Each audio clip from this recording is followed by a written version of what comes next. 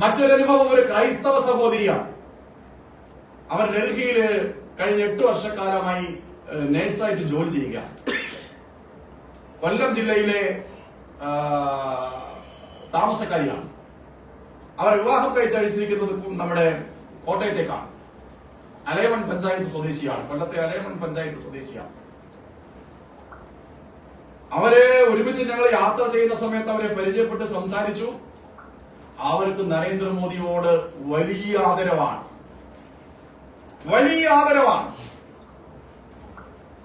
ഡൽഹിയിൽ നിന്ന് സുരക്ഷിതമായി തൊഴിലെടുക്കാൻ സാധിക്കുന്നത് ഈ നരേന്ദ്രമോദി സർക്കാർ കേന്ദ്രത്തിലുള്ളത് കൊണ്ടാണ്. ആ നിലയിൽ മോദി സർക്കാരിന്റെ നേട്ടങ്ങളെ സംബന്ധിച്ച്, ജോർജ് കുര്യൻ മന്ത്രിയായതിനെ സംബന്ധിച്ച്, പോപ്പ് വരുന്നതിനെ സംബന്ധിച്ചൊക്കെ ആധികാരികമായി അവർ പറഞ്ഞു തന്നെ ഒരു പരിഭവമുണ്ട്. എന്റെ നാട്ടിലെ ഒരു BJP-ക്കാരനെ ഞങ്ങൾ ഇതുവരെ തേടി വന്നിട്ടില്ല. അവര് പറയാണ് ഒരു BJP-ക്കാരും എന്റെ അടുത്ത് നമ്മുടെ അടുത്ത് തേടി വന്നിട്ടില്ല, ഞങ്ങളുടെ തോട്ട് ചോദിച്ചു വന്നിട്ടില്ല. ഞാൻ അവരുടെ നമ്പർ വാങ്ങി അലയമണ്ണിലെ ആളുകൾക്ക് കൊടുത്തിട്ടുണ്ട്. അലീന എന്നാണ് അവരുടെ പേര്. അവരുടെ ഹസ്ബൻഡും അവിടെ തന്നെ നഴ്സാണ്, അവിടെ സെറ്റിൽഡാണ്. 2 കുട്ടികൾ. ഇവിടെ ഒരു കുട്ടിയുടെ പിറന്നാൾ ആഘോഷിക്കാൻ വേണ്ടി വന്നതാണ്. ഞാൻ സൂചിപ്പിച്ചത് അത്ഭുതകരമായ സ്വാധീനം നമ്മുടെ ആദരണീയനായ പ്രധാനമന്ത്രിക്ക് സമൂഹത്തിലുണ്ട്. നിർഭാഗ്യവശാൽ നമ്മൾ ആളുകളിലേക്ക് പോകുന്നില്ല. 2 കാര്യം കൂടി പറഞ്ഞു വിട്ടേ. കേരള സെനറ്റിലേക്ക് 2 ആളുകൾ ജയിച്ചില്ലേ, 2 RSSകാർ. അന്നത്തെ ചന്തി ചർച്ചയിൽ RSS ജയിച്ചതിന്റെ അത്ഭുതത്തെ കുറിച്ച് മാധ്യമ അവതാരകന്മാർ ചർച്ചയ്ക്ക് വന്നില്ലേ? ഷാജിദൻ ഒരു ചർച്ചയ്ക്ക് പോകുന്നു, നിങ്ങളൊരു ചർച്ചയ്ക്ക് പോയി തോന്നുന്നു. നമുക്ക് വോട്ടുണ്ടായിട്ടാണോ ജയിച്ചത്? നമുക്ക് വോട്ടുണ്ടായിട്ടാണോ? ഒരു മുന്നണിയിലെ ഘടകകക്ഷിയെ പരാജയപ്പെടുത്തിക്കൊണ്ട് ആ മുന്നണിയിലെ പ്രധാന കക്ഷി RSS ആണ് എന്ന് തിരിച്ചറിഞ്ഞുകൊണ്ട് 2 ആളുകളെ ജയിപ്പിക്കുന്നു. സാമൂഹ്യമായ മാറ്റത്തിന്റെ സ്വാധീനമാണ്. നോക്കൂ, നമ്മുടെ നാട്ടിൽ KSRTC-യിൽ ഹിതപരിശോധന നടന്ന സമയത്ത് BMS-നെ ജയിപ്പിക്കാൻ ആവശ്യമായ അംഗബലമില്ലാത്ത ഡിപ്പോകളിൽ പോലും നമുക്ക് ജയിക്കാൻ കഴിയുന്ന സാധ്യതയുണ്ടായി. ചിന്തയുടെ വരിക്കാരൻ, ദേശാഭിമാനികളുടെ വായനക്കാരൻ, പാർട്ടിക്ക് ലിവി കൊടുക്കുന്നവൻ മനപരിവർത്തനത്തിന് വിധേയമായി ഈ പാതയിൽ സഞ്ചരിക്കാൻ തയ്യാറെടുത്തിരിക്കുമ്പോ നമ്മുടെ നെറ്റിയിൽ 4 കുറിയും കയ്യിൽ 5 ചരടും മനുഷ്യനോട് മിണ്ടാത്ത പ്രകൃതവും. ഇത് ശരിയല്ലേ? 4 കുറിയും 5 ചരടും മനുഷ്യനോട് മിണ്ടാത്ത പ്രകൃതവും. ആളെ കാണുമ്പോൾ മസിൽ കൂടി പിടിക്കുകയാണ്. ഇതൊന്നും മാറിയാൽ, മുൻവിധിയില്ലാതെ ആളുകളെ സമീപിച്ചാൽ യാതൊരു സംശയവും വേണ്ട, നമ്മളും വലുതാവും, പാർട്ടിയും വലുതാവും.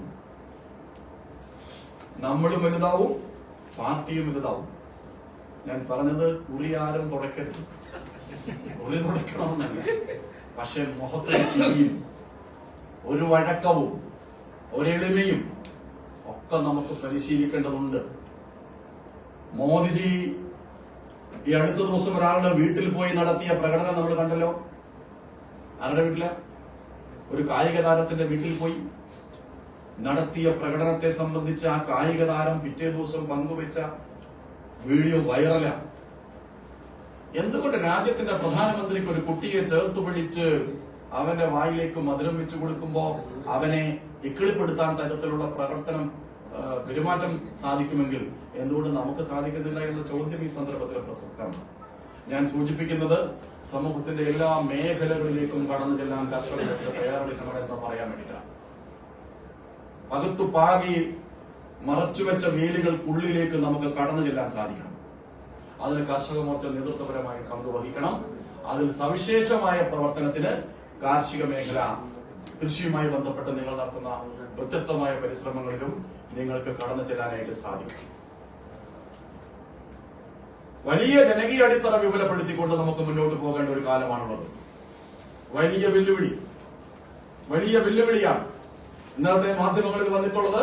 ഭീകര പരിശീലനം ലഭിച്ചിട്ടുള്ള ആളുകൾ കേരളത്തിലുണ്ട് എന്ന് പിടിക്കപ്പെട്ട ഭീകരവാദ പരിശീലകൻ NIയോട് പറയുകയാണ്, നമുക്ക് കുറി തൊടാൻ പറ്റില്ല, കയ്യിൽ ചരടും കെട്ടാൻ പറ്റില്ല, അമ്പലത്തിൽ പോകാനും പറ്റില്ല, നമ്മുടെ സ്ത്രീകൾക്ക് സുരക്ഷിതമായി നടക്കാനും പറ്റില്ല. സിനിമയിലെ കാര്യം ഇപ്പം രമേശ് വന്നിട്ട് പറയുമായിരിക്കും, അതവിടെ നടക്കട്ടെ. സിനിമയിലല്ലോ പ്രശ്നം, നാട്ടില് പ്രശ്നമാകുന്നു. വലിയ തോതിലുള്ള മുന്നൊരുക്കങ്ങൾക്ക് തയ്യാറെടുക്കുകയാണ് ഒരു കൂട്ടം ആളുകൾ. നമ്മളിപ്പോ കാണുന്ന ശാന്തതയിലൊന്നും അങ്ങനെ വല്ലാണ്ട് സന്തോഷിക്കണ്ട. ഈ നാടിനെ തകർക്കാൻ വേണ്ടി അവസരം കാത്തിരിക്കുന്ന ആളുകൾ നടത്തുന്ന മുന്നൊരുക്കത്തെ ചെറുത്തു തോൽപ്പിക്കണമെന്നുണ്ടെങ്കിൽ ഈ നാടിനെ സ്നേഹിക്കുന്ന ആളുകളുടെ ചേരി കരുത്തുള്ളതാവണം. അതാണ് മെമ്പർഷിപ്പ് പ്രവർത്തനത്തിലൂടെ നമ്മൾ ലക്ഷ്യം വെക്കേണ്ടത്. ചെറിയൊരു കാര്യമല്ല. അപ്പൊ വ്യക്തിപരമായ കാര്യങ്ങളൊക്കെ ഒന്ന് ക്രമീകരിക്കണം. ഓണം വരാൻ പോകുന്നു. തെക്കൻ കേരളത്തിൽ ഓണം 4 ദിവസമാണ്. അത്തം മുതൽ 10 ദിവസം ഓണമുണ്ട്. തൃശ്ശൂരിൽ കൊടികളിയാണ്. ഇതെല്ലാം വേണ്ടിവരും. ഇതെല്ലാം സാമൂഹ്യ ഉത്സവങ്ങളാണ്. സ്വാഭാവികമായിട്ടും അതിന്റെ മുന്നിൽ നമ്മൾ നിൽക്കേണ്ടി വരും. അമ്പലങ്ങളിലും ഉത്സവപ്പറമ്പുകളിലും ഓണാഘോഷ വേദികളിലും ഒക്കെ നമുക്ക് പോകേണ്ടി വരും. അവിടെയൊക്കെ വേണം. പക്ഷെ മെമ്പർഷിപ്പ് പ്രവർത്തനത്തോട് വിട്ടുവീഴ്ചയില്ലാത്ത സമീപനം നമ്മൾ സ്വീകരിക്കണം. വളരെ ദൃഢതയോടെ നമുക്ക് അംഗത്വ വിതരണ പ്രവർത്തനം വിജയിപ്പിക്കാനായിട്ട് സാധിക്കണം. ക്രിസ്റ്റൽ ക്ലിയർ ആയിട്ടുള്ള ഒരു സമീപനം സ്വീകരിക്കാൻ സാധിക്കണം. ദേശീയ തലത്തിൽ 2014-ലും 2019-ലും ഈ പ്രവർത്തനം നടത്തുമ്പോൾ നമുക്ക് ഈ രംഗം അത്ര പരിചിതമായിരുന്നില്ല. പക്ഷേ മെമ്പർഷിപ്പിന്റെ അഖിലേന്ത്യാ തലത്തിൽ ചുമതല വഹിക്കുന്ന ദേശീയ ജനറൽ സെക്രട്ടറി ശ്രീ വിനോദ് താവഡേജി പറഞ്ഞത് 14-ലും 19-ലും മെമ്പർഷിപ്പ് പ്രവർത്തനം പൂർത്തീകരിച്ച് അതിന്റെ ഡാറ്റ സബ്മിറ്റ് ചെയ്ത് കഴിഞ്ഞപ്പോ ദേശീയ തലത്തിൽ അത് 12% കേരളവും ഗുജറാത്തും കൃത്യമായ ഡാറ്റ കളക്ട് ചെയ്ത് സമർപ്പിക്കുന്ന കാര്യത്തിൽ 70% നേട്ടം കൈവരിച്ചു എന്നാണ് വിനോദ് താവഡേജി ദേശീയ ശില്പശാലയിൽ പറഞ്ഞത്. നമുക്ക് ആ നിലയിൽ അത്ര മികവുള്ള അനുഭവം നമുക്കുണ്ട്, അറിവുണ്ട്. നമുക്ക് ആ രംഗവും നമ്മൾ കരഗതമാക്കി എന്നതിന്റെ സൂചനയാണത്. 14-ലും 19-ലും നമുക്ക് ഇങ്ങനെ പരിശീലനങ്ങളൊന്നും ഉണ്ടായിരുന്നില്ല. നമ്മൾ ശില്പശാല പോലും അങ്ങനെ വ്യാപകമായി നടത്തിയില്ല. പിന്നെ നമുക്ക് കോവിഡ് തന്ന ഒരു അനുഭവം ഉണ്ടല്ലോ. ഇപ്പൊ നമ്മൾ ഓൺലൈൻ മീറ്റിംഗ് നടത്താൻ നമ്മുടെ ബൂത്ത് പ്രസിഡന്റിന് അറിയാം, അല്ലേ? ഒരു ലിങ്ക് ക്രിയേറ്റ് ചെയ്ത് അത് മാക്സിമം ഫോർവേഡ് ചെയ്ത് കൊടുത്ത ആളെ ക്ഷണിച്ച് ഒരു 25-30 ആളുടെ ഒരു ഓൺലൈൻ മീറ്റിംഗ് നടത്താൻ നമ്മുടെ ബൂത്ത് പ്രസിഡന്റ് ആർജിച്ച ഒരു വിദ്യാഭ്യാസം ഉണ്ടല്ലോ, അത് കോവിഡ് തന്നെയാണ്. അപ്പൊ ഇപ്പൊ നമുക്ക് കൃത്യമായ പരിശീലനമൊക്കെ ലഭിച്ച് നമുക്ക് 3-4 മാർഗങ്ങളിലൂടെ ഈ കാര്യങ്ങൾ ചെയ്യാം എന്ന് വരികയാണ്. അപ്പൊ QR കോഡ് സ്കാൻ ചെയ്യാനുള്ള മെക്കാനിസം മൊബൈലിലുണ്ടെന്ന് ഉറപ്പുവരുത്തണം. വളരെ ലളിതമായിട്ട് അത് ചെയ്യാൻ പറ്റും. അങ്ങോട്ട് കാണിച്ചാൽ ആവശ്യമായ എല്ലാ കാര്യങ്ങളും ഓപ്പൺ ചെയ്താൽ കൃത്യമായിട്ട് കിട്ടും. നമുക്ക് സബ്മിറ്റ് ചെയ്താൽ മാത്രം മതി. വെബ്സൈറ്റിൽ പോയി ചെയ്യാൻ സാധിക്കുന്നവർക്കും അങ്ങനെ ചെയ്യാനായിട്ട് സാധിക്കും.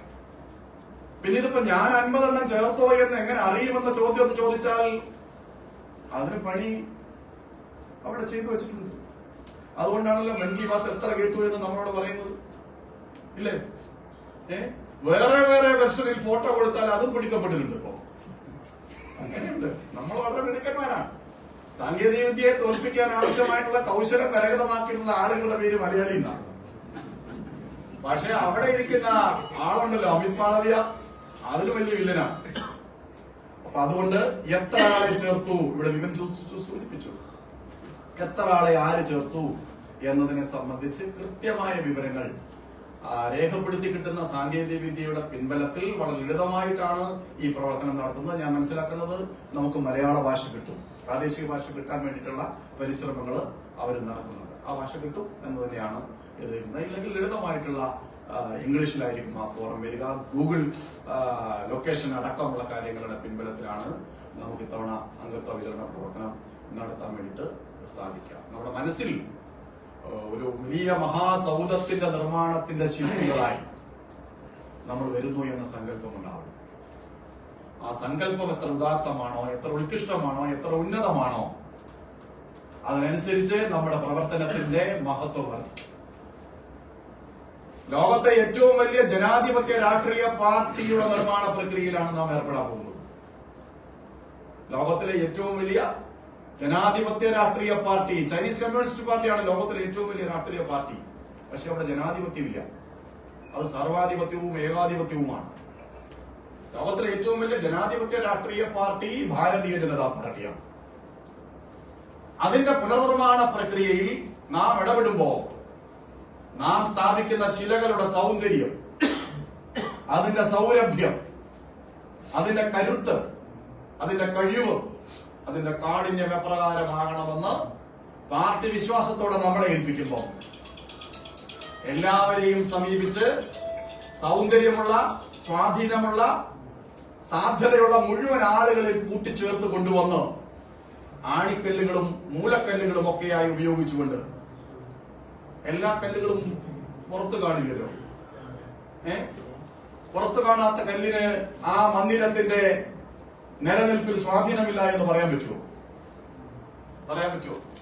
ആചാരത്തോടെ, അനുഷ്ഠാനത്തോടെ ഭദ്രദീപം കൊളുത്തി വെച്ച് പ്രാർത്ഥിച്ചിടുന്ന കല്ല് ആരെങ്കിലും കാണുന്നുണ്ടോ? കാണുന്നുണ്ടോ? ആരും കാണുന്നില്ല. പക്ഷെ അതാണ് പവിത്രമായ ശിലയെന്ന് നാം കരുതുകയാണ്. അപ്പോ നമ്മളെ കണ്ടില്ല എന്ന് കരുതി ഈ മന്ദിരത്തിന്റെ സൗന്ദര്യം ഇച്ചിരി കുറഞ്ഞിരിക്കട്ടെ എന്ന് ആരും സാധാരണ ധരിക്കാറില്ല.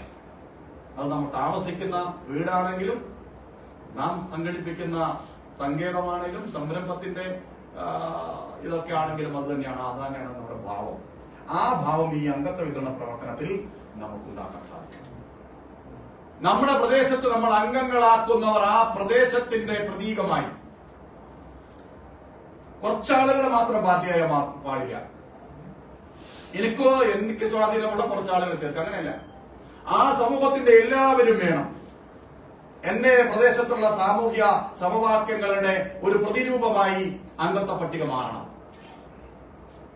ഏതെങ്കിലും ഒരു ബൂത്തിന്റെ ഏതെങ്കിലും ഒരു മൂലയാവരുത്. ഭൂമിശാസ്ത്രപരമായി എല്ലാ പ്രദേശത്തിന്റെയും പങ്കാളിത്തമുള്ള ഒരു ബൂത്ത് അംഗത്വ പട്ടിക അതായിരിക്കണം നമുക്ക് നമ്മുടെ പ്രദേശത്ത് സൃഷ്ടിക്കാനായിട്ട് സാധിക്കുന്നത്. സമൂഹത്തിലെ ഉന്നത കുലജാതനും തൊഴിലാളിക്കും പാവപ്പെട്ടവരും കർഷകനും തൊഴിൽപരമായി വ്യത്യസ്ത മേഖലകളിൽ പ്രവർത്തിക്കുന്നവർക്കും വിദ്യാർത്ഥികൾക്കും ചെറുപ്പക്കാർക്കും അമ്മമാർക്കും സഹോദരിമാർക്കും ഒക്കെ തോന്നണം ഇതെന്റെ പാർട്ടിയാണ്. അവരെയൊക്കെ സമീപിക്കണം. ഞാൻ ആസാം IIT പഠിക്കുന്ന ഒരു വീട്ടിൽ, ഒരു പയ്യനുള്ള വീട്ടിൽ നമ്മുടെ ഓർഗനൈസർ ചേർക്കാൻ വേണ്ടി ചെന്നു. അച്ഛനെ ചേർക്കാൻ ചെന്ന അച്ഛൻ നിർമ്മിതിയിലെ എഞ്ചിനീയറാണ്. വലിയ കാര്യങ്ങളൊക്കെ സംസാരിച്ചു. ഇപ്പം വന്ന് കേട്ടുകൊണ്ടിരുന്നു ബാലു പഠിച്ചവിടാന്ന് വെച്ചാൽ ആസാം IIT എന്ന് പറഞ്ഞപ്പോഴാണ് അവർക്ക് അത് ഇങ്ങോട്ട് പറയുന്നത്. അപ്പൊ ഞാൻ എന്റെ വർത്തമാനം നിർത്തും. രമേശ് ഉദ്ഘാടനം ചെയ്യാൻ വേണ്ടിയിട്ടും നമുക്ക് മാർഗനിർദ്ദേശം നൽകാൻ വേണ്ടിയിട്ടും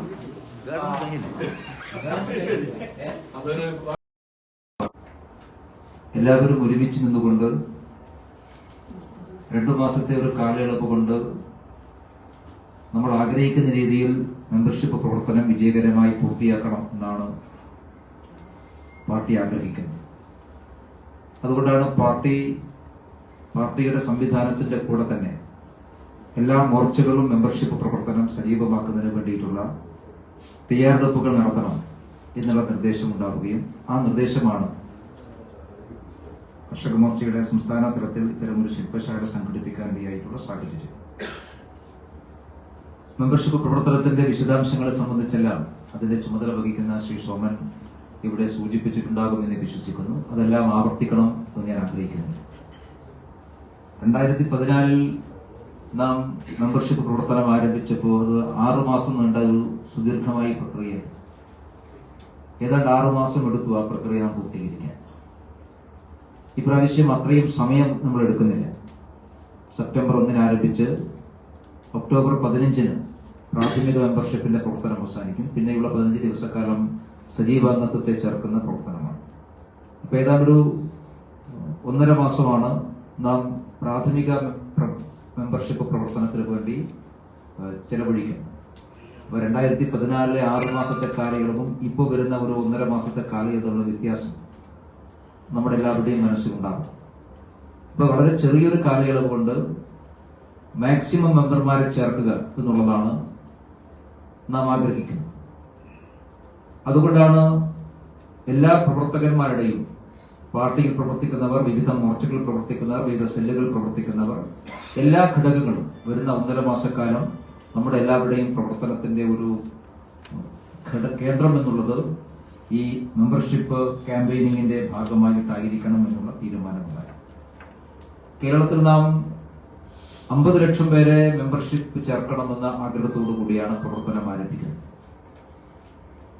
കഴിഞ്ഞ പ്രാവശ്യം 2014 നമുക്ക് ഈ മിസ്ഡ് കോള് മെമ്പർഷിപ്പിന്റെ പ്രവർത്തനം നാം ആരംഭിച്ചപ്പോൾ ഏതാണ്ട് ഒരു 16 ലക്ഷം ആളുകളെ നമുക്ക് മെമ്പർമാരാക്കാൻ വേണ്ടി സാധിച്ചിരുന്നു. ഒരു അഡീഷണൽ ആയിട്ടുള്ള 5 ലക്ഷം പേര് കൂടി ഉണ്ടായിരുന്നു.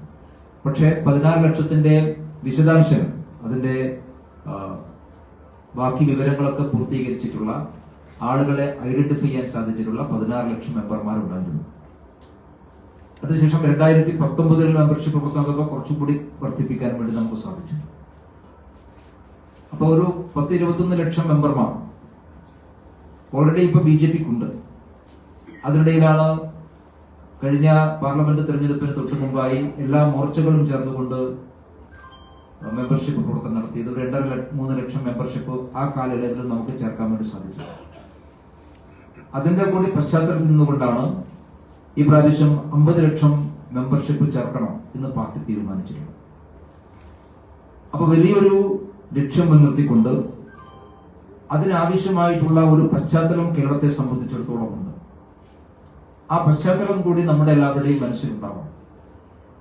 കഴിഞ്ഞ പാർലമെന്റ് തെരഞ്ഞെടുപ്പിന് ശേഷം കേരളത്തിലുണ്ടായിട്ടുള്ള ഒരു രാഷ്ട്രീയ സാഹചര്യം, ഭാരതീയ ജനതാ പാർട്ടി നേതൃത്വം കൊടുക്കുന്ന ഒരു 3ാം രാഷ്ട്രീയ ചേരി അത് പ്രസക്തമാണ് എന്നും പ്രബലമാണ് എന്നുമുള്ള ഒരു സാമാന്യ ബോധവും ചിന്തയും നമ്മുടെ നാട്ടിലെ ജനങ്ങളെല്ലാവരുടെയും മനസ്സിലുണ്ട്. കഴിഞ്ഞ കുറെ കാലമായി നാം പ്രചരിപ്പിച്ചുകൊണ്ടിരിക്കുന്ന ഒരു കാര്യം, നിരന്തരമായി നാം പറഞ്ഞുകൊണ്ടിരിക്കുന്ന ഒരു കാര്യം, LDFും UDFും തമ്മിൽ മൗലികമായ വലിയ വ്യത്യാസമൊന്നുമില്ല എന്നുള്ളതാണ്. പക്ഷെ നമ്മളത് പറയുക എന്നല്ലാതെ ആ വാദത്തിന് ആവശ്യമായ ഒരു ഗൗരവമോ പ്രസക്തിയോ കേരളത്തിലെ രാഷ്ട്രീയ രംഗത്തിനായിരുന്നില്ല. പക്ഷെ ഇന്ന് നാം മുമ്പോട്ട് വെച്ചിട്ടുള്ള ആ ആശയം കേരളത്തിലെ ഒരു പൊതുബോധ്യമായിട്ട് മാറിയിരിക്കുന്നു. കേരളം നേരിടുന്ന നിരവധി പ്രശ്നങ്ങളിൽ CPMും കോൺഗ്രസും ഒരേ സമീപനമാണ് സ്വീകരിക്കുന്നത് എന്നുള്ളത് ഇന്ന് കേരളത്തിലെ ഒരു സാമാന്യ ബോധമാണ്. അവിടെയാണ് ഒരു 3ാമത്തെ ശക്തിക്കുള്ള പ്രസക്തിയെക്കുറിച്ച് ചർച്ച ചെയ്യുന്നത്. ആ പ്രസക്തി കഴിഞ്ഞ പാർലമെന്റ് തെരഞ്ഞെടുപ്പിൽ കേരളത്തിൽ ഒരു സീറ്റ് ജയിക്കാനും 10-20% വോട്ടുകൾ സമാഹരിക്കാനും നമുക്ക് സാധിച്ചപ്പോ അത്തരമൊരു രാഷ്ട്രീയ ശക്തിക്ക് കേരളത്തിൽ പ്രസക്തി ഉണ്ട് എന്ന് ബോധ്യപ്പെടുത്തലായി. അതുകൊണ്ട് പൊതുവെയുള്ള കേരളത്തിലെ ജനങ്ങളുടെ മനസ്സിൽ എല്ലാ കാലത്തെയും പോലെ CPMും കോൺഗ്രസും മാത്രമല്ല, ഒരു 3rd ഓപ്ഷൻ കൂടി കേരളത്തിലെ ജനങ്ങളുടെ മനസ്സിലുണ്ട് എന്നുള്ളത് രജിസ്റ്റർ ചെയ്യപ്പെട്ടിട്ടുണ്ട്. ആ 3rd ഓപ്ഷൻ നമ്മുടെ പാർട്ടിയാണ്, നാം നേതൃത്വം കൊടുക്കുന്ന മുന്നണിയാണ്. സാധാരണക്ക് കേരളത്തിന്റെ ഒരു സ്വഭാവം, LDFിനോട് വിരോധമുണ്ടെങ്കിൽ, മാർക്സിസ്റ്റ് പാർട്ടിയോട് വിരോധമുണ്ടെങ്കിൽ അവരെല്ലാവരും കോൺഗ്രസിന് വോട്ട് ചെയ്യുക. ഇനി കോൺഗ്രസിനോട് വിരോധമുണ്ടെങ്കിൽ അവരെല്ലാവരും CPMന് വോട്ട് ചെയ്യുക. ഇതായിരുന്നു കേരളം സ്വീകരിച്ച ഒരു പൊതുരീതി. കഴിഞ്ഞ തെരഞ്ഞെടുപ്പിൽ അതിന് അടിസ്ഥാനപരമായി മാറ്റം വന്നിട്ടുണ്ട്. എല്ലാ സ്ഥലത്തും മാറ്റം വന്നെന്ന് ഞാൻ പറയുന്നില്ല. പക്ഷെ ആ ചിന്താഗതിക്ക് മാറ്റം വന്നിട്ടുണ്ട്. കേരളത്തിൽ എല്ലാ പ്രദേശത്തും CPM വിരുദ്ധ വോട്ടുകളെല്ലാം പോയത് കോൺഗ്രസിലേക്കല്ല, കോൺഗ്രസ് വിരുദ്ധ വോട്ടുകളെല്ലാം പോയത് CPMലേക്കല്ല. കോൺഗ്രസ് വിരുദ്ധ വോട്ടുകളെയും CPM വിരുദ്ധ വോട്ടുകളെയും ഒരേപോലെ സ്വാധീനിക്കാൻ സാധിക്കുന്ന രീതിയിലേക്ക് നമ്മുടെ രാഷ്ട്രീയം വളർന്നിരിക്കുന്നു. നമുക്ക് ചില സ്ഥലത്ത് CPM വിരുദ്ധ വോട്ടുകൾ സമാഹരിക്കാൻ സാധിച്ചിട്ടുണ്ട്, ചില സ്ഥലത്ത് കോൺഗ്രസ് വിരുദ്ധ വോട്ടുകൾ BJPക്ക് വന്നിട്ടുണ്ട്. അത് നൽകുന്നൊരു സൂചന, ഈ CPMന്റെയും കോൺഗ്രസിന്റെയും വിരുദ്ധ ചിന്താഗതിയുള്ള, അതിനോട് പ്രതിബദ്ധയില്ലാത്ത, ആ രാഷ്ട്രീയത്തോട് വിയോജിപ്പുള്ള വലിയൊരു വിഭാഗം ആളുകൾ അവരുടെ മുന്നിൽ പ്രതീക്ഷയുള്ള പാർട്ടിയായിട്ട്, അവർക്ക് സ്വീകരിക്കാൻ സാധിക്കുന്ന പാർട്ടിയായി ഭാരതീയ ജനതാ പാർട്ടി മാറുന്നു എന്നുള്ളതാണ്. അതുകൊണ്ടാണ് ഞാൻ ആദ്യമേ പറഞ്ഞത്, ഒരു 3rd ഓപ്ഷൻ കേരളത്തെ സംബന്ധിച്ചിടത്തോളം ഉണ്ടായിരിക്കുന്നു. ഇനി ഉണ്ടാവേണ്ടത് അതിന്റെ സാധ്യതകളെ വർദ്ധിപ്പിക്കുകയാണ്. ആ സാധ്യതകളെ വർദ്ധിപ്പിക്കാൻ നമുക്ക് കിട്ടുന്ന ഏറ്റവും നല്ല ഒരു സന്ദർഭമാണ്, അവസരമാണ് ഈ മെമ്പർഷിപ്പ് ക്യാമ്പയിൻ. പ്രത്യേകിച്ചും പാർലമെന്റ് തെരഞ്ഞെടുപ്പിന് ശേഷം കേരളത്തിൽ ഉണ്ടായിട്ടുള്ള നിരവധി സംഭവങ്ങൾ, അത് ഞാൻ നേരത്തെ സൂചിപ്പിച്ച ഈ 3ാം ചേരിയുടെ പ്രസക്തി കേരളത്തിലെ ജനങ്ങളെ വീണ്ടും വീണ്ടും ആവർത്തിച്ച് ബോധ്യപ്പെടുത്തണം. ഇപ്പോ പാർലമെന്റ് തെരഞ്ഞെടുപ്പിന് ശേഷം കേരളത്തിൽ ഉണ്ടായിട്ടുള്ള ഏറ്റവും പ്രധാനപ്പെട്ട ഒരു കലാമിറ്റി ഈ ഉരുൾപൊട്ടലും അത് സംബന്ധിച്ച് ആ കാലഘട്ടത്തിൽ ഉണ്ടായിട്ടുള്ള ദുരന്തമാണ്. ആ ദുരന്തത്തോട് സംസ്ഥാന സർക്കാരും സംസ്ഥാനത്തെ പ്രതിപക്ഷ പാർട്ടികളും സ്വീകരിച്ചൊരു സമീപനമുണ്ട്. ആ സമീപനം കേരളത്തിലെ ജനങ്ങൾക്ക് ബോധ്യമായിട്ടുള്ളതാണ്. വയനാട് ജില്ലയിലെ ഒരു ഗ്രാമം, 2 ഗ്രാമം ഒന്നാകെ ഒലിച്ചു പോയിട്ടുള്ള വലിയ ദുരന്തമുണ്ടായപ്പോ ആ ദുരന്തം സർക്കാരിന്റെ അനാസ്ഥയാണ് എന്ന് തെളിവുകൾ നിരത്തിക്കൊണ്ട് പാർലമെന്റിൽ കേന്ദ്ര ഗവൺമെന്റ് പറഞ്ഞിട്ടുള്ളതാണ്. സംസ്ഥാന സർക്കാരിനെ കുറ്റപ്പെടുത്താൻ വേണ്ടിയിട്ടായിരുന്നില്ല പറഞ്ഞത്, പക്ഷെ ചില വസ്തുതകൾ ജനങ്ങളെ അറിയിക്കാൻ വേണ്ടിയിട്ടായിരുന്നു. ആവശ്യമായിട്ടുള്ള മുന്നറിയിപ്പ് കൊടുത്തിരുന്നു. ദുരന്ത നിവാരണത്തിന് ആവശ്യമായിട്ടുള്ള സേനകളെ മുൻകൂട്ടി അയച്ചിരുന്നു. സംസ്ഥാന ദുരന്ത നിവാരണ അതോറിറ്റിയുടെ കൈവശം ആവശ്യമായിട്ടുള്ള പണമുണ്ടായിരുന്നു. ഇതെല്ലാം കേന്ദ്ര ഗവൺമെന്റ് വ്യക്തമാക്കിയിട്ടുള്ളതാണ്. പക്ഷെ കേരളത്തിൽ എന്തുകൊണ്ടാണ് സംസ്ഥാന സർക്കാരിന്റെ ഈ കെടുകാര്യസ്ഥത ചർച്ച ചെയ്യാതായി പോയത്? ശരിയാണ്, ഒരു ദുരന്തമുഖത്ത് രാഷ്ട്രീയമല്ല ചർച്ച ചെയ്യേണ്ടത്. പക്ഷെ രാഷ്ട്രീയം ചർച്ച ചെയ്യുമ്പോൾ രാഷ്ട്രീയം തന്നെ പറയണമല്ലോ. ഒരു ഭാഗത്ത് സംസ്ഥാന സർക്കാർ കുറ്റകരമായിട്ടുള്ള അനാസ്ഥ കാണിക്കുമ്പോൾ ആ അനാസ്ഥ കേന്ദ്ര ഗവൺമെന്റ് തെളിവുകൾ സഹിതം പാർലമെന്റിൽ പറയുമ്പോൾ ഇന്ത്യൻ പാർലമെന്റിൽ സംസ്ഥാന സർക്കാരിനെ ന്യായീകരിക്കുന്ന തിരക്കിലായിരുന്നു കേരളത്തിലെ പ്രതിപക്ഷം. കേരളത്തിലെ ഗവൺമെന്റിന് വേണ്ടി പാർലമെന്റിൽ സംസാരിച്ചത് CPM മെമ്പർമാരല്ല. ശരിയായിരിക്കാം, പാർലമെന്റിൽ CPM കേരളത്തിൽ ഒരു അംഗം മാത്രമേ ഉള്ളൂ. പക്ഷേ മറ്റു 2 അംഗങ്ങൾ കൂടി ഉണ്ടല്ലോ. രാജ്യസഭയിൽ CPM അംഗങ്ങളുണ്ടല്ലോ. രാജ്യസഭയിലായാലും ലോകസഭയിലായാലും സംസ്ഥാന സർക്കാരിന്റെ പരാജയം മറച്ചുവെക്കാൻ വേണ്ടി സംസ്ഥാന സർക്കാരിന്റെ വക്താക്കളായിട്ട് മാറിയത് കോൺഗ്രസ് ആണ്. കോൺഗ്രസിന് കേന്ദ്ര ഗവൺമെന്റിനുള്ള വിരോധം മനസ്സിലാക്കാം. പക്ഷെ കേരളത്തിലെ ജനങ്ങൾ നേരിടുന്ന ഒരു ദുരന്തം, ആ ദുരന്തത്തിന് സംസ്ഥാന സർക്കാരിന്റെ ഉത്തരവാദിത്വം രാജ്യത്തിലെ പരമോന്നത വേദിയായിട്ടുള്ള പാർലമെന്റിൽ അവതരിപ്പിക്കാനുള്ള ഒരു സന്ദർഭമാണ് കോൺഗ്രസ് കളഞ്ഞു കുടിച്ചത്.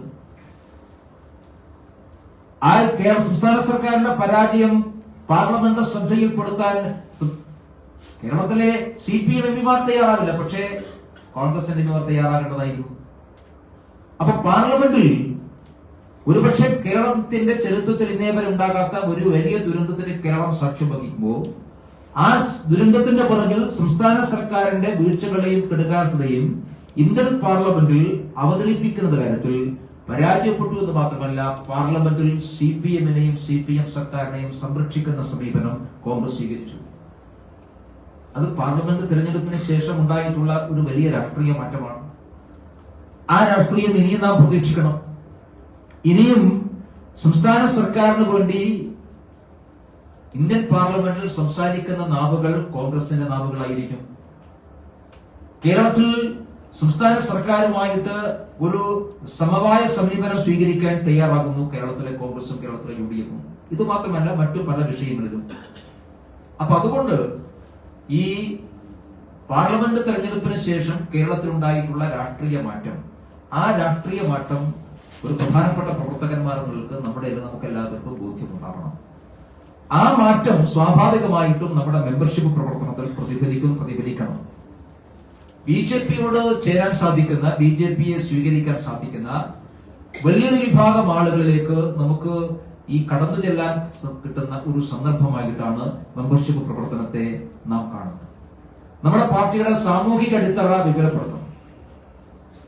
എല്ലായ്പ്പോഴും നമ്മൾ പറയാറുണ്ട്, നമ്മുടെ പ്രവർത്തനം സർവസ്പർശിയാവണം, സർവവ്യാപിയാവണം. എല്ലാ ഭൂമിശാസ്ത്രപരമായിട്ടുള്ള അതിരുകൾക്കകത്തും നമ്മുടെ പാർട്ടി ഉണ്ടാവണം. എല്ലാ സാമൂഹിക വിഭാഗങ്ങളെയും നമ്മുടെ പാർട്ടിയുടെ കൂടെ കൊണ്ടുവരാൻ വേണ്ടി സാധിക്കണം.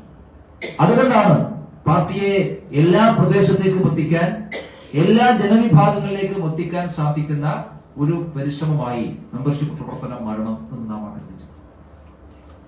ആ ആഗ്രഹത്തിന്റെ അടിസ്ഥാനത്തിലാണ് 50 ലക്ഷം മെമ്പർഷിപ്പ് എന്നുള്ള ഒരു ടാർഗറ്റ് നാം മുമ്പോട്ട് വെച്ചു.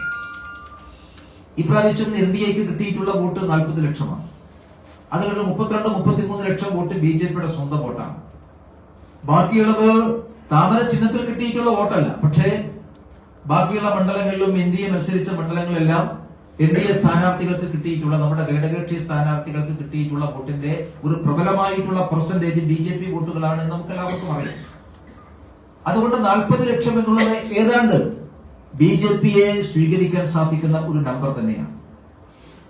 അതിന്റെ കൂടെ ആ വോട്ട് നമുക്ക് അനുകൂലമായ വോട്ട് രേഖപ്പെടുത്തിയിട്ടുള്ളത്, പ്രതികൂലമായിട്ടുള്ള സാഹചര്യത്തിൽ വോട്ട് രേഖപ്പെടുത്തിയത്. BJP ജയിക്കില്ല എന്നായിരുന്നു തെരഞ്ഞെടുപ്പ് കാലത്തെ പ്രചരണത്തിന്റെ ഏറ്റവും പ്രധാനപ്പെട്ട കുന്തമന. ഒരു കാരണവശാലും BJP ജയിക്കില്ല എന്ന് പ്രവചിച്ചവരാണ് കേരളത്തിലെ ഏതാണ്ട് എല്ലാ മാധ്യമങ്ങളും, ഏതാണ്ട് എല്ലാ രാഷ്ട്രീയ നിരീക്ഷകന്മാരും, ഏതാണ്ട് എല്ലാ തെരഞ്ഞെടുപ്പ് പ്രവചന വിദഗ്ധന്മാരും, രാഷ്ട്രീയ നേതാക്കന്മാരും എല്ലാവരും ഒരേപോലെ പറഞ്ഞത് BJPക്ക് വിജയസാധ്യതയില്ല. അങ്ങനെ വിജയസാധ്യതയില്ല എന്നുള്ള വലിയ പ്രവചനം നടത്തിയിട്ടുള്ള പശ്ചാത്തലത്തിലാണ് 40 ലക്ഷം ആളുകൾ നമുക്ക് വോട്ട് രേഖപ്പെടുത്തിയത്. അതിന്റെ അർത്ഥം ഇനിയും BJPക്ക് വോട്ട് ചെയ്യാൻ മനസ്സുള്ള ധാരാളം ആളുകൾ കേരളത്തിലുണ്ട് എന്നുള്ളതാണ്. അതുകൊണ്ട് ഈ പ്രാവശ്യം വോട്ട് രേഖപ്പെടുത്തിയിട്ടുള്ള 40 ലക്ഷം പേരെ അവരെല്ലാവരെയും BJP മെമ്പർമാരാക്കണം. അവരോടൊപ്പം ഒരു 10 ലക്ഷം കൂടി അഡീഷണൽ ആളുകളെ BJP മെമ്പർമാരാക്കുക എന്നുള്ളതാണ് നമ്മുടെ മുമ്പിലുള്ള ടാർഗറ്റ്. സാധാരണ നമ്മൾ പറയാറുണ്ട്, പാർട്ടി പ്രവർത്തനം എന്ന് പറഞ്ഞാൽ നമ്മുടെ എതിരാളികളായിട്ടുള്ള ആളുകളെ അനുകൂലികളാക്കി മാറ്റുക, അനുകൂലികളായിട്ടുള്ള ആളുകളെ അനുഭാവികളാക്കി മാറ്റുക, അനുഭാവികളായിട്ടുള്ള ആളുകളെ മെമ്പർമാരാക്കുക, മെമ്പർമാരെ പ്രവർത്തകന്മാരാക്കുക, പ്രവർത്തകന്മാരെ നേതാക്കന്മാരാക്കുക. ഇതാണ് നമ്മുടെ ഒരു പ്രോസസ്സ്. എതിരാളികൾ അനുകൂലികളാവണം, അനുകൂലികൾ മെമ്പർമാരാകണം, മെമ്പർമാർ പ്രവർത്തകന്മാരാകണം, പ്രവർത്തകന്മാർ നേതാക്കന്മാരാകണം. ഈ പ്രോസസ്സിലൂടെയാണ് സാധാരണ BJPയുടെ പ്രവർത്തനം കടന്നു പോകുന്നത്. അപ്പൊ ഇപ്രാവശ്യം നമ്മുടെ മുമ്പിലുള്ളത് BJPക്ക് വോട്ട് ചെയ്തവർ അവരെല്ലാവരും നമ്മുടെ അനുകൂലികളാണ്. ആ അനുകൂലികളായിട്ടുള്ള 40 ലക്ഷം പേരെയും ഇപ്രാവശ്യം BJP മെമ്പർമാരാണ്. എതിരാളികളായിട്ടുള്ള ആളുകളെ അനുകൂലികളാക്കുന്നതിന്റെ ഭാഗമായി അവരിലേക്കും മെമ്പർഷിപ്പ് പ്രവർത്തനവുമായി കടന്നു ചെല്ലാൻ സാധിക്കണം. അങ്ങനെയുള്ള ഒരു പരിശ്രമത്തിലൂടെയാണ് 40 ലക്ഷം മെമ്പർമാർ പാർട്ടി വോട്ടിനെ 50 ലക്ഷം മെമ്പർമാരാക്കി മാറ്റാനുള്ള പരിശ്രമത്തിന് നാം നേതൃത്വം. 50 ലക്ഷം മെമ്പർമാർ എന്നുള്ളത് കേരളത്തെ സംബന്ധിച്ചിടത്തോളം ഒരു നിർണായകമായിട്ടുള്ള സംഖ്യയാണ്. കാരണം ഒരു വർഷത്തിനപ്പുറത്ത് പ്രാദേശിക തെരഞ്ഞെടുപ്പുകൾ വരാൻ വേണ്ടി പോകുന്നു. ആ പ്രാദേശിക തെരഞ്ഞെടുപ്പുകൾ കേരളത്തിൽ BJPയെ സംബന്ധിച്ചിടത്തോളം ഏറ്റവും നിർണായകമാണ്. 2026 ഒരു വഴിയിൽ ഒരു നാഴികക്കല്ലാണ് 2025 നമ്മുടെ പ്രാദേശിക തെരഞ്ഞെടുപ്പ്. ഈ പ്രാവശ്യം പാർലമെന്റ് തെരഞ്ഞെടുപ്പിന്റെ വിശകലനം നമ്മളെല്ലാവരും ശ്രദ്ധിച്ചിട്ടുണ്ടാകും. തിരുവനന്തപുരത്ത് നമ്മുടെ സംസ്ഥാന യോഗത്തിൽ, നേതൃസമ്മേളനത്തിൽ നമ്മളത് അവതരിപ്പിച്ചു. പാർലമെന്റ് തെരഞ്ഞെടുപ്പിന്റെ വിശകലനത്തിൽ ഏറ്റവും പ്രധാനപ്പെട്ടത് കേരളത്തിൽ 2 കോർപ്പറേഷനുകളിൽ ഒന്നാമത്തെ പാർട്ടി BJP ആണ്. 7 മുനിസിപ്പാലിറ്റികളിൽ ഒന്നാമത്തെ പാർട്ടി BJP ആണ്. 70 പഞ്ചായത്തുകളിൽ നമ്മളാണ് 1ാം സ്ഥാനത്തുള്ളത്. അപ്പൊ കേരളത്തിൽ വലിയൊരു ശതമാനം തദ്ദേശ ഭരണ സ്ഥാപനങ്ങൾ ഒറ്റക്ക് നാം ഭൂരിപക്ഷം എത്തിയിരിക്കുന്നു. ധാരാളം വാർഡുകളിൽ ഈ പ്രാവശ്യം നമുക്ക് ഭൂരിപക്ഷം ഉണ്ടാക്കാൻ വേണ്ടി സാധിച്ചു. അപ്പൊ 2025 പ്രാദേശിക തെരഞ്ഞെടുപ്പിൽ കേരളത്തിൽ BJPക്ക് ഭരിക്കാൻ സാധിക്കുന്ന നിരവധി കോർപ്പറേഷനുകൾ, മുനിസിപ്പാലിറ്റികൾ, പഞ്ചായത്തുകൾ, ബ്ലോക്ക് പഞ്ചായത്തുകൾ എല്ലാം സൃഷ്ടിക്കാൻ നമുക്ക് സാധിക്കും എന്നുള്ള വിശ്വാസം നമുക്കുണ്ട്. ആ വിശ്വാസത്തിലേക്ക് പോകാൻ 2025 BJPക്ക് ഭരിക്കാൻ സാധിക്കുന്ന ഒരു 10-200 പഞ്ചായത്തുകൾ സ്വന്തം നിലക്ക് ഭരിക്കാൻ സാധിക്കുക, 10-20 മുനിസിപ്പാലിറ്റികൾ BJPക്ക് ഭരിക്കാൻ സാധിക്കുക, 2 കോർപ്പറേഷനുകൾ ഇപ്പൊ തന്നെ നമുക്ക് ഭൂരിപക്ഷം ഉണ്ടായ 2 കോർപ്പറേഷനുകളുടെ ഭരണം ഉറപ്പിക്കാൻ വേണ്ടി സാധിക്കുക. ഇതെല്ലാം സാധിക്കുന്ന ഒരു സാഹചര്യം നമ്മുടെ മുമ്പിലുണ്ട്. ആ സാഹചര്യത്തിലേക്ക് എത്താൻ ഈ 50 ലക്ഷം മെമ്പർഷിപ്പ് എന്നുള്ളത് ഏറ്റവും പ്രധാനപ്പെട്ടതാണ്. 50 ലക്ഷം മെമ്പർഷിപ്പ്, 18 വയസ്സ് പൂർത്തിയായിട്ടുള്ള 50 ലക്ഷം മെമ്പർഷിപ്പ് എന്ന് പറഞ്ഞാൽ 50 ലക്ഷം വോട്ടർമാരാണ്. നമ്മുടെ വോട്ട് 50 ലക്ഷവും ആ 50 ലക്ഷത്തിന്റെ സ്വാധീനത്തിലൂടെ ഉണ്ടാകുന്ന കുറേയേറെ വോട്ടുകൾ ഉണ്ടാകും. 2025 ഒരു 10-60 ലക്ഷം വോട്ടുകൾ നമുക്ക് സമാഹരിക്കാൻ സാധിച്ചാൽ 2026 അതൊരു 70-75 ലക്ഷം വോട്ടാക്കി മാറും. 70-75 ലക്ഷം വോട്ട് BJPക്ക് സമാഹരിക്കാൻ സാധിക്കുക എന്ന് പറഞ്ഞാൽ 2026 കേരളത്തിൽ BJPക്ക് ഒരു മുഖ്യമന്ത്രി ഉണ്ടാവുക എന്നുള്ളതാണ് ഏറ്റവും പ്രധാനപ്പെട്ട കാര്യം. 70 ലക്ഷം വോട്ട് സമാഹരിച്ചാൽ കേരളം BJPക്ക് ഭരിക്കാൻ സാധിക്കും. അപ്പൊ അതിലേക്കുള്ളൊരു പ്രയാണം നാം 2026 വലിയ സ്വപ്നത്തിലേക്കുള്ള ഓരോ ചുവടുവെപ്പണം. 40 ലക്ഷത്തിൽ നാം എത്തി നിൽക്കുന്നു. അത് 2024 നവംബർ ആകുമ്പോൾ അത് 50 ലക്ഷമായിട്ട് മാറുന്നു. 2025 ഡിസംബർ ആകുമ്പോൾ പ്രാദേശിക തെരഞ്ഞെടുപ്പുകൾ കഴിയുമ്പോൾ നമുക്കത് 60 ലക്ഷമാക്കി മാറ്റാൻ സാധിക്കുന്നു. 2026 അസംബ്ലിയിലേക്ക് എത്തുമ്പോൾ 70 ലക്ഷമാക്കി മാറ്റണം. ഒരു ക്രമാനുഗതമായിട്ടുള്ള വളർച്ചയിലൂടെ ഓരോ നാഴികക്കല്ലുകൾ പിന്നിട്ടുകൊണ്ട് 2026 ഈ ദൂരത്തിൽ നമുക്ക് കേരളം പിടിക്കാൻ സാധിക്കുന്ന ഒരു സാഹചര്യം ഉണ്ടാക്കുക എന്നുള്ളതാണ് നാം ആഗ്രഹിക്കുന്നത്. അതിലേക്കുള്ള ഒരു പ്രധാനപ്പെട്ട നാഴികക്കല്ലാണ് ഈ പ്രാവശ്യത്തെ നമ്മുടെ മെമ്പർഷിപ്പ് പ്രവർത്തനം. ആ മെമ്പർഷിപ്പ് പ്രവർത്തനം ഏറ്റവും സജീവമാക്കി മാറ്റാൻ നമുക്ക് ഈ പ്രാവശ്യത്തെ ഒരു പാർട്ടി തീരുമാനിച്ചുള്ള ഏറ്റവും പ്രധാനപ്പെട്ട, നേരത്തെ സൂചിപ്പിച്ചിട്ടുണ്ടാകും, ആദ്യഘട്ടം എന്നുള്ളത് നമ്മളെല്ലാവരും പാർട്ടി പ്രവർത്തനത്തിന്റെ ഭാഗമായിട്ട് മെമ്പർഷിപ്പ് നടത്തുന്നതാണ്. അത് എല്ലാ മോർച്ചകളും എല്ലാ സെല്ലുകളും 1 മുതൽ 25 വരെയുള്ള നമ്മുടെ എല്ലാവരുടെയും പ്രവർത്തനം എന്ന് പറയുന്നത് ബൂത്തുകളിലാണ്. നമുക്ക് എല്ലാവർക്കും ഇവിടെ ഇരിക്കുന്ന മുഴുവൻ ആളുകൾക്കും ഓരോ ശക്തി കേന്ദ്രങ്ങളുടെ ചുമതലയുണ്ടാകും. ശക്തി കേന്ദ്ര സഹയോഗി എന്ന പേരിൽ നാം കേരളത്തിലെ ശക്തി കേന്ദ്ര കോർഡിനേറ്റർമാർ എന്നാണ് അതിന് പേര് പറഞ്ഞിരിക്കുന്നത്. ആ ശക്തി കേന്ദ്ര കോർഡിനേറ്റർമാരായിരിക്കും നിങ്ങൾ എല്ലാവരും. കർഷക മോർച്ചയുടെ ജില്ലാ പ്രസിഡന്റുമാർ, ജില്ലാ ജനറൽ സെക്രട്ടറിമാർ, സംസ്ഥാന സമിതി അംഗങ്ങൾ എല്ലാവരും ഏതെങ്കിലും ഒരു ശക്തി കേന്ദ്ര കോർഡിനേറ്റർ ആയിരിക്കും. ഇനിയുള്ള നാളെയും മറ്റന്നാളുമായിട്ട് നിങ്ങൾക്ക് ആ നിർദ്ദേശം കിട്ടുന്നതാണ്. അപ്പൊ നമുക്ക് ചുമതലയുള്ള ശക്തി കേന്ദ്രയിൽ, ആ ശക്തി കേന്ദ്രയിലെ 3-4 ബൂത്തിൽ 25 ദിവസക്കാലം തുടർച്ചയായിട്ട് പ്രവർത്തനം നടത്തുക എന്നുള്ളതാണ് ആദ്യഘട്ടത്തിൽ കർഷക മോർച്ചയുടെ ചുമതലപ്പെട്ട നമ്മുടെ എല്ലാവരുടെയും ചുമതല. അത് വീടാന്തരം കയറിയിട്ടുള്ള മെമ്പർഷിപ്പ് പ്രവർത്തനമാണ്. 25 ദിവസക്കാലം പൊതു ഇടങ്ങളിൽ നാം മെമ്പർമാരെ ചേർക്കുന്നില്ല, മറ്റേതെങ്കിലും സംവിധാനത്തിൽ മെമ്പർമാരെ ചേർക്കുന്നില്ല. 25 ദിവസക്കാലം നാം മെമ്പർമാരെ ചേർക്കുന്നത് വീടുകളിലാണ്. എല്ലാ വീടുകളും ഈ പ്രാവശ്യം മെമ്പർഷിപ്പ് വേണ്ടി സമ്പർക്കം ചെയ്യണം. അത് CPM വീടുകളായിരിക്കാം, കോൺഗ്രസ് വീടുകളായിരിക്കാം, ഏത് വീടുമായിരിക്കാം. പക്ഷേ ഒരു ബൂത്തിലെ 300 വീടുകളുണ്ടെങ്കിൽ ആ 300 വീട്ടിലും മെമ്പർഷിപ്പിന് വേണ്ടി സമ്പർക്കം ചെയ്യണം എന്നാണ് നാം ആഗ്രഹിക്കുന്നത്, നാം തീരുമാനിക്കുന്നത്. അതുകൊണ്ടാണ് നാം ഒരു ടാർഗറ്റ് വെച്ചപ്പോ, നേരത്തെ സോമം പറഞ്ഞിട്ടുണ്ടാകും, പാർട്ടി പ്രാവശ്യം അഖിലേന്ത്യാ തലത്തിൽ നിശ്ചയിച്ചിട്ടുള്ള ടാർഗറ്റ് ഒരു ബൂത്തിൽ മിനിമം 200 മെമ്പർമാരുണ്ടാക്കുക. ഒരു ബൂത്തിൽ മിനിമം 200 മെമ്പർമാർ എന്ന് പറഞ്ഞാൽ അതിന് രത്നം ചുരുക്കം നമ്മുടെ പരിശ്രമം എന്താണ്? നമ്മുടെ പരിശ്രമം ഒരു വീട്ടിൽ ഒരു BJP മെമ്പർമാരെങ്കിലും ഉണ്ടാകും. ശരാശരി ഒരു ബൂത്തിൽ 250-300 വീടുകളാണ്. ആ 300 വീടുകളിൽ ഒരു വീട്ടിൽ ഒരു BJP മെമ്പർമാരെയെങ്കിലും ഉണ്ടാക്കാനുള്ള ശ്രമമാണ് നാം നടത്തുന്നത്. അതുകൊണ്ടാണ് എല്ലാ വീടുകളും സമ്പർക്കം ചെയ്യണമെന്ന് പറയുന്നത്. അത് CPM വീടുകളാകട്ടെ, കോൺഗ്രസ് വീടുകളാകട്ടെ, മറ്റേതെങ്കിലും രാഷ്ട്രീയ പാർട്ടിയുടെ വീടുകളാകട്ടെ, മുസ്ലിം വീടുകളാകട്ടെ, ക്രിസ്ത്യൻ വീടുകളാകട്ടെ, എല്ലാ വീട്ടിലും നാം പോകണം. മെമ്പർഷിപ്പിന് വേണ്ടി സമീപിക്കണം. എടുക്കാതിരിക്കാം. പക്ഷേ മെമ്പർഷിപ്പ് പ്രവർത്തനത്തിന് വേണ്ടി എല്ലാ വീടുകളും സമ്പർക്കം ചെയ്യണം. ആ പ്രവർത്തനമാണ് 1 മുതൽ 25 വരെയുള്ള പ്രവർത്തനത്തിന്റെ ദിവസങ്ങളിൽ കർഷക മോർച്ചയും ചെയ്യേണ്ടത്, എല്ലാ മോർച്ചയും ചെയ്യേണ്ടത്. എല്ലാ മോർച്ച പ്രവർത്തകന്മാരും പാർട്ടി സംവിധാനത്തിന്റെ ഭാഗമായി 1 മുതൽ 25 വരെയുള്ള മെമ്പർഷിപ്പ് പ്രവർത്തനം. രണ്ടാം ഘട്ടം ഇവിടുത്തെ ഷാജി സൂചിപ്പിച്ചു. രണ്ടാം ഘട്ടം വരുന്ന സമയത്താണ് മോർച്ചകൾ എന്നുള്ളവർക്ക് നമ്മുടെ പ്രവർത്തനത്തിന്റെ കേന്ദ്രീകരണം ഉണ്ടാകുന്നത്. അവിടെ ഏത് നിലക്കാണ് കർഷക മോർച്ച പ്രവർത്തിക്കാൻ ആഗ്രഹിക്കുന്നത് എന്നിവിടെ സൂചിപ്പിക്കുകയുണ്ടായി. നാം ആലോചിക്കേണ്ടയും തീരുമാനിക്കേണ്ടയും ചെയ്യേണ്ട, പ്രാവർത്തികമാക്കേണ്ട കാര്യം, കേരളത്തിൽ ഈ ഒക്ടോബർ മാസം 1 മുതൽ 15 തീയതി വരെ രണ്ടാം ഘട്ടം വരുമ്പോൾ, രണ്ടാം ഘട്ടം പൊതുയിടങ്ങളിൽ മെമ്പർമാരെ ചേർക്കലാണ്. വിദ്യാഭ്യാസ സ്ഥാപനങ്ങൾ കേന്ദ്രീകരിച്ചുകൊണ്ട് യുവമോർച്ച മെമ്പർഷിപ്പ് ചേർക്കണം. സ്വാശ്രയ സംഘങ്ങൾ കേന്ദ്രീകരിച്ചുകൊണ്ട് കുടുംബശ്രീ, തൊഴിലുറപ്പ്, സ്വാശ്രയ സംഘങ്ങൾ കേന്ദ്രീകരിച്ചുകൊണ്ട് മഹിളാ പ്രവർത്തകന്മാർ മെമ്പർഷിപ്പ് ചേർക്കണം. കൃഷിഭവനുകൾ കേന്ദ്രീകരിച്ചുകൊണ്ട്, നിങ്ങൾ നേരത്തെ ഇവിടെ പറഞ്ഞ പോലെ FIGകൾ കേന്ദ്രീകരിച്ചുകൊണ്ട് കർഷക മോർച്ച മെമ്പർഷിപ്പ് ചേർക്കണം. കോളനികൾ കേന്ദ്രീകരിച്ചുകൊണ്ട് SC വിഭാഗവും ST വിഭാഗവും ചേർക്കണം. സാമുദായിക സംഘടനകളെ കേന്ദ്രീകരിച്ചുകൊണ്ട് OBC വിഭാഗത്തിൽ OBC മോർച്ച മെമ്പർഷിപ്പ് ചേർക്കണം. അപ്പൊ ഓരോ മോർച്ചകളും അവർ പ്രതിനിധാനം ചെയ്യുന്ന മേഖലകളെ കേന്ദ്രീകരിച്ചുകൊണ്ട് അവിടെയുള്ള പ്രമുഖന്മാരായിട്ടുള്ള ആളുകളെ, അവിടുത്തെ സാധാരണക്കാരെ മെമ്പർമാരാണ്. അപ്പൊ കേരളത്തിൽ നാം ആലോചിക്കേണ്ടത് കർഷക മോർച്ച ഒന്ന്, കേരളത്തിൽ ഒരു 10,000 കർഷക നേതാക്കന്മാരെങ്കിലും ആ കാലയളവിൽ BJP മെമ്പർമാരാക്കണം. അറിയപ്പെടുന്ന കർഷക നേതാക്കന്മാർ. നാം ഇപ്രാവശ്യം ചിങ്ങം 1 വേണ്ടി ധാരാളം കർഷകന്മാരെ ആദരിച്ചിട്ടുണ്ട്. ഓരോ ചിങ്ങം 1-ാം തീയതി എത്രയോ കർഷകന്മാരെ നാം ആദരിക്കുന്നുണ്ട്. ആദരിക്കുന്ന കർഷകന്മാരൊക്കെ ആദരിച്ച് അതിന്റെ വഴിക്ക് പോകുന്നുണ്ട്. കഴിഞ്ഞ ഒരു 6-7 വർഷമായിട്ട് ചിങ്ങം 1-ാം തീയതി ആദരിച്ച കർഷകന്മാരുടെ ലിസ്റ്റൊക്കെ നിങ്ങളൊന്ന് പൊടിതട്ടിയെടുക്കണം.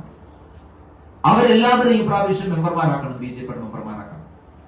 അപ്പം എല്ലാ പ്രധാനപ്പെട്ട കർഷക നേതാക്കന്മാരും, അറിയപ്പെടുന്ന കർഷകന്മാർ, അവാർഡ് കിട്ടിയിട്ടുള്ള കർഷകന്മാർ, നമ്മൾ ആദരിച്ചിട്ടുള്ള കർഷകന്മാർ, മറ്റു സംഘടനകൾ ആദരിച്ചിട്ടുള്ള കർഷകന്മാർ, ആ കർഷകന്മാരെ എല്ലാവരും ചില സ്ഥലത്ത് യുവ കർഷകന്മാർ, ചില സ്ഥലത്ത് മക്കള കർഷകന്മാർ ഒക്കെയുണ്ട്. അവരെല്ലാവരെയും നാം ഈ പ്രാവശ്യം അവരുടെ ലിസ്റ്റ് തയ്യാറാക്കി പ്രത്യേകം അവരെ പോയി കണ്ട് അവരെ BJPയുടെ മെമ്പർമാരാക്കണം. അങ്ങനെ ഓരോ ജില്ലയും പരിശ്രമിച്ചുകൊണ്ട് ഒരു ജില്ലയിൽ 1000 കർഷക നേതാക്കന്മാർ എന്നൊരു ടാർഗറ്റ് നിങ്ങൾ വെച്ചു കഴിഞ്ഞാൽ നമ്മുടെ 14 ജില്ലയിലും കൂടി ഒരു 14,000 15,000 കർഷക നേതാക്കന്മാർ, ഞാൻ സാധാരണ കർഷകന്മാരെയല്ല, അറിയപ്പെടുന്ന അവാർഡ് കിട്ടിയിട്ടുള്ള പ്രമുഖരായിട്ടുള്ള കർഷക നേതാക്കന്മാരെ നാം നമ്മുടെ പാർട്ടി മെമ്പർമാരാക്കി മാറ്റാൻ വേണ്ടി ശ്രമിക്കണം. സാധാരണക്കാരായിട്ടുള്ള കർഷകന്മാര് അവരെ കഴിഞ്ഞ പ്രാവശ്യം നിങ്ങൾ സമീപിച്ചു, കഴിഞ്ഞ മെമ്പർമാരാക്കി ചേർത്തിട്ടുണ്ട്. അവരെല്ലാവരും മെമ്പർഷിപ്പ് ചേർത്തെങ്കിലും ആ ലിസ്റ്റ് നമ്മുടെ എല്ലാവരുടെയും കൈവശം ഉണ്ടാകും. ആ ലിസ്റ്റ് നിങ്ങളുടെ എല്ലാവരുടെ കൈവശം ഉണ്ടോ? ഇപ്പോൾ ജില്ലകളിൽ കഴിഞ്ഞ പ്രാവശ്യം നിങ്ങൾ ചേർത്ത മെമ്പർഷിപ്പ് ഉണ്ടോ? ഇല്ലാത്ത ജില്ലകളുണ്ടെങ്കിൽ സംസ്ഥാനത്തിന്റെ കയ്യിൽ ആ മെമ്പർഷിപ്പ് പുസ്തകമുണ്ട്, അത് വാങ്ങണം നമ്മൾ. അവരെല്ലാവരെയും ഈ പ്രാവശ്യം അവരെ മെമ്പർമാരാക്കിയാലേ അവരെല്ലാവരും BJP മെമ്പർമാരാകുള്ളൂ. കഴിഞ്ഞ പ്രാവശ്യം ചേർത്തുന്നതുകൊണ്ട് അവർ BJP മെമ്പർമാരാകില്ല. ഈ പ്രാവശ്യം വീണ്ടും അവരെല്ലാവരും ചേർക്കണം. എല്ലാ കൃഷിഭവനുകളും കേന്ദ്രീകരിച്ചുകൊണ്ട് നമ്മുടെ ഒരു പ്രവർത്തനം ഉണ്ടാകും. കർഷക മോർച്ച എന്ന് പറയുമ്പോൾ കർഷക മോർച്ചയുടെ ബേസിക് ആയിട്ടുള്ള ഘടകം കൃഷിഭവൻ. അവിടെയാണ് കർഷകന്മാർ വരുന്നത്.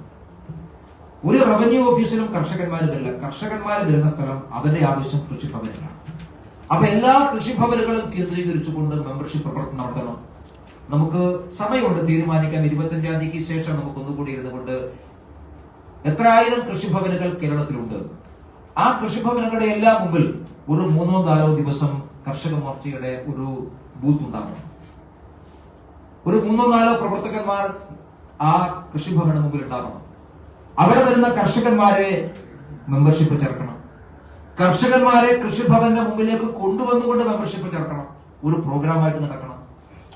എന്തുകൊണ്ട് കർഷകന്മാർ BJP മെമ്പർമാരാകണം എന്നുള്ളതിനെ സംബന്ധിച്ചുള്ള ചില ബോർഡുകൾ നാം കൃഷിഭവന്റെ മുമ്പിൽ പ്രദർശിപ്പിക്കണം. 10 വർഷക്കാലമായി നരേന്ദ്രമോദി സർക്കാർ കർഷകന്മാർക്ക് വേണ്ടി ചെയ്ത ആനുകൂല്യങ്ങളുണ്ട്. ആ ആനുകൂല്യങ്ങൾ അതിന്റെ മുമ്പിൽ പ്രദർശിപ്പിക്കാൻ വേണ്ടി നമുക്ക് സാധിക്കണം. അങ്ങനെ 1 മുതൽ 15 വരെയുള്ള പരിശ്രമത്തിലൂടെ കേരളത്തിൽ ഒരു കർഷകന്മാരുടെ സംഘടന കർഷക മോർച്ചയാണ്. നാം BJP മെമ്പർഷിപ്പ് ചേർക്കൽ മാത്രമല്ല, ആ മെമ്പർഷിപ്പ് പ്രവർത്തനം കർഷക മോർച്ച എന്ന സംഘടനയ്ക്ക് ഒരു ഐഡന്റിറ്റി ഉണ്ടാക്കാൻ സാധിക്കുന്ന കേരളത്തിൽ കർഷകന്മാരുടെ സംഘടന ഏതാണ് അങ്ങനെ ചോദിക്കുമ്പോൾ ആദ്യം വരേണ്ട പേര് കർഷക മോർച്ചയുടെ പേരാണ്. നാളെ ഒരു കൃഷി വകുപ്പിലെ ഏതെങ്കിലും ഉദ്യോഗസ്ഥൻ വന്ന് കാർഷിക പ്രശ്നങ്ങൾ ചർച്ച ചെയ്യാൻ വേണ്ടി ഒരു യോഗം വിളിക്കുമ്പോൾ ആ യോഗത്തിൽ അവരുടെ മനസ്സിൽ ആദ്യം ഉണ്ടാവേണ്ട പേര് കർഷക മോർച്ചയുടെ പേരാണ്.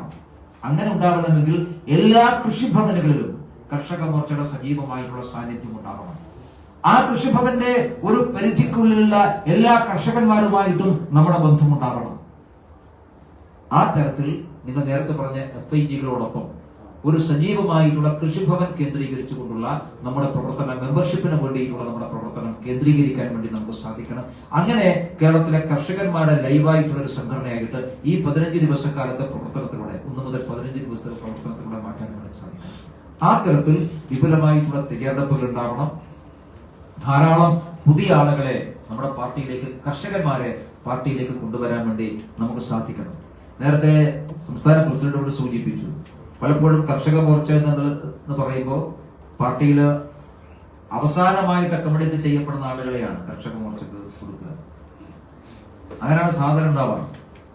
ഈ പ്രാവശ്യം അങ്ങനെയൊക്കെ തന്നെയാണ് ചുമതല നിശ്ചയിച്ചത്. പക്ഷെ നിങ്ങൾ ചെയ്തിട്ടുള്ളൊരു കാര്യം, കിട്ടിയ ചുമതല ഏറ്റവും ഭംഗിയായി നിർവഹിക്കാൻ നിങ്ങൾ എല്ലാവരും പരിശ്രമിച്ചു. അതിനൊരു ഗുണം. പക്ഷെ അപ്പോഴും ഒരു പരിമിതി നമുക്കുള്ളത്, നമ്മുടെ കൂട്ടത്തിൽ എത്ര കർഷകന്മാരുണ്ടെന്ന് ചോദിച്ചാൽ അത് ചുരുക്കമാണ്. നിങ്ങൾ പലരും ഒരുപക്ഷെ കർഷകന്മാരായി. നിങ്ങൾ താഴോട്ട് പോയി കഴിഞ്ഞാൽ നമ്മുടെ ജില്ലാ യോഗത്തിലൊക്കെ കർഷക മോർച്ചയുടെ യോഗത്തിൽ എത്ര കർഷകന്മാരുണ്ടെന്ന് പറഞ്ഞാൽ കൃഷി ചെയ്യുന്നവരൊക്കെ വളരെ ചുരുക്കമാണ്. പല കർഷക മോർച്ച ഭാരവാഹികളുടെയും പ്രധാനപ്പെട്ട കൃഷി ഭൂമി കച്ചവടമാണ്. അതൊരു കൃഷികളല്ല. ഉള്ളവരുണ്ട്, തീരെയില്ല എന്നല്ല ഞാൻ പറയുന്നു, ഉള്ളവരുണ്ട്. പക്ഷെ കമ്പാരിറ്റീവ്ലി അപ്പൊ കൃഷി ചെയ്യുന്നവരെ കർഷക മോർച്ചയിലേക്ക് കൊണ്ടുവരണം. അതാണ് ഏറ്റവും പ്രധാനപ്പെട്ട. കർഷകരായിട്ടുള്ള ആളുകളെ, ഈ കർഷകരായിട്ടുള്ള ആളുകൾ കർഷക മോർച്ചയിൽ വരുമ്പോഴാണ് കർഷകന്മാരുടെ യോഗത്തിൽ കൃഷി ചർച്ച ചെയ്യാറുണ്ട്. ഇപ്പോഴെന്താ കർഷക മോർച്ച യോഗത്തിലെ ചർച്ച? ഇപ്പൊ കർഷക മോർച്ച യോഗത്തിലും ചർച്ച, പാർട്ടി യോഗത്തിൽ എന്തൊക്കെയാണോ നടക്കുന്നതൊക്കെ കർഷക മോർച്ച യോഗത്തിൽ നടക്കും. കർഷക മോർച്ചയുടെ യോഗം കൂടുമ്പോൾ ചർച്ച ചെയ്യേണ്ടത് കാർഷിക പ്രശ്നങ്ങളാണ്. ആ കാർഷിക പ്രശ്നങ്ങൾ ചർച്ച ചെയ്യണമെങ്കിൽ നിങ്ങൾ സജീവ രാഷ്ട്രീയ പ്രവർത്തകരായതുകൊണ്ട് കാർഷിക പ്രശ്നങ്ങൾ കൂടി അറിയാമെന്നുള്ളത് കൊണ്ടാണ് നിങ്ങൾ ചർച്ച ചെയ്യുന്നത്. താഴെ അങ്ങനെ ആവണമെന്നില്ല. അപ്പൊ കർഷകന്മാരാണെങ്കിൽ അവർക്കറിയാം കാർഷിക പ്രശ്നങ്ങൾ, അവരാ പ്രശ്നങ്ങൾ ചർച്ച ചെയ്യും. അവരിലൂടെയാണ് പാർട്ടിക്ക് ആ പ്രശ്നങ്ങൾ അറിയേണ്ടത്. BJP എങ്ങനെയാണ് കേരളത്തിലെ കർഷകന്മാർ നേരിടുന്ന പ്രശ്നം അറിയാൻ?